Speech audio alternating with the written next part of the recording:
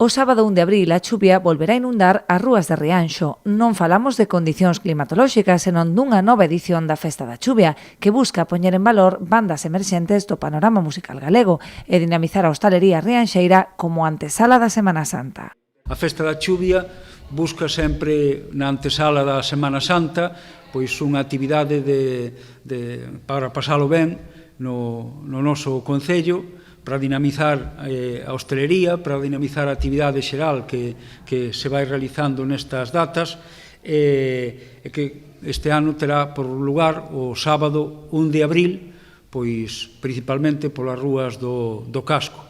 A xornada dará comezo xa a mediodía cos monifates e animación de rúa a cargo de Latexo Percusión. Pola tarde, a partir das 8:30, darán comezo os concertos de Boroa, Mai e Mascarpone, que se prolongarán ata aproximadamente a 1 da madrugada. Pola parte do mediodía temos os monifates, un grupo de animación infantil, que estarán na zona da Praza de Padrón, e máis Latexo Percusión, que é un grupo de percusión brasileira, que estará facendo animación por todas as rúas do Casco Antigo, en zonas de hostelería, praciñas, etc. E despois para a noite, sí que xa empezamos con esas bandas que presentan proxectos novos, e aí temos a Boroa, que presenta o seu disco clásico folk, e Mai, outro proxecto de nova creación, co seu disco Nigredo.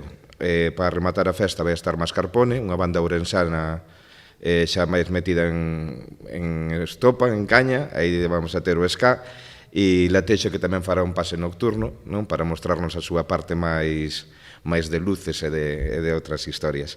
Trátase de bandas todas elas lideradas por mulleres que presentarán os seus últimos traballos ante o público rianxeiro.